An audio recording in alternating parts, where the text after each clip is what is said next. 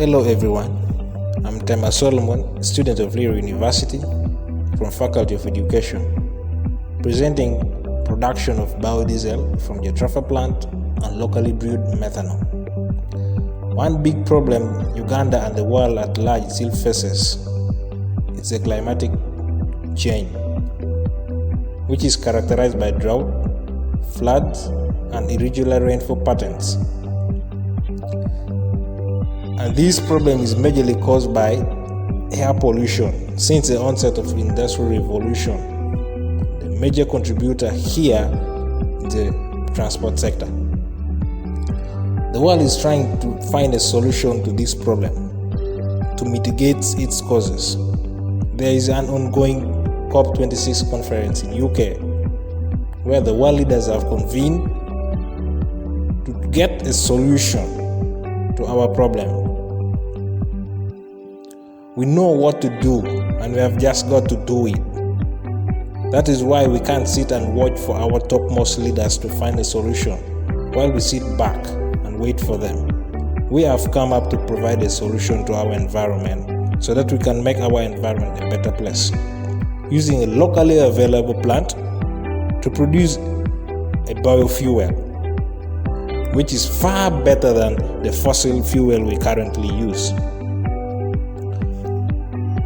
The locally available plant here is a Jatropha plant, but one may wonder, why Jatropha? Why not any other plant? Jatropha plant can easily be cultivated. It can grow in any climatic condition. It has very high oil content, which is very essential to this project.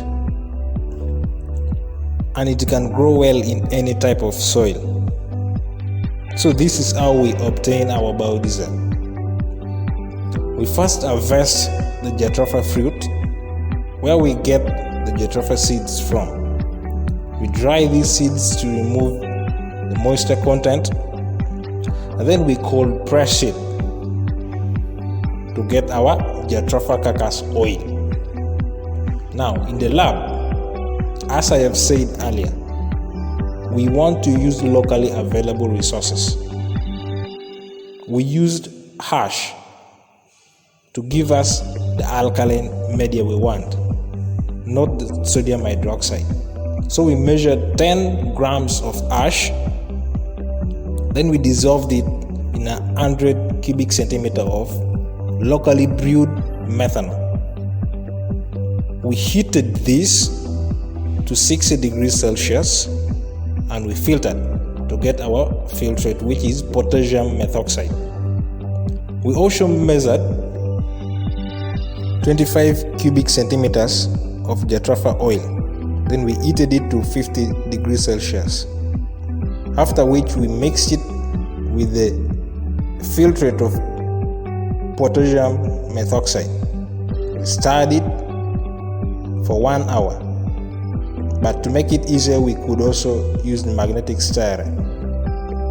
But after stirring for 1 hour, we introduced our solution in a separating funnel, where it settled out into 2 layers, forming the lower layer, which is the glycerin and our byproduct, and the upper layer, which is our biodiesel. So we tapped out the glycerin first, and then we got our biodiesel.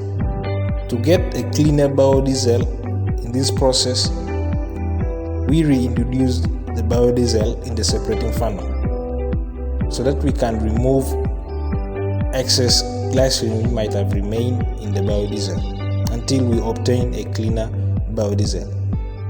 This process is chemically known as trans-esterification. And we tried different experiments using different ratios of oil to methanol. I mean our Jatropha oil. But we found out that a ratio of 1 to 4 of our Jatropha oil to methanol works best. It produces a clean biodiesel which burns with no soot at all. We tested this in the lab. And our byproduct is not a waste. It's a highly valued product which is used in cosmetics. But we still face a challenge. We did this in a lab setting, in a small scale, but we want to expand it to a larger scale. And we haven't tested our product in car engines. So I urge you, the well-wishers, please facilitate our project. Help us, because if we are not more elevated, we cannot go beyond this. We really want to make Uganda greener. We really want to make Uganda a better place to live in. Thank you.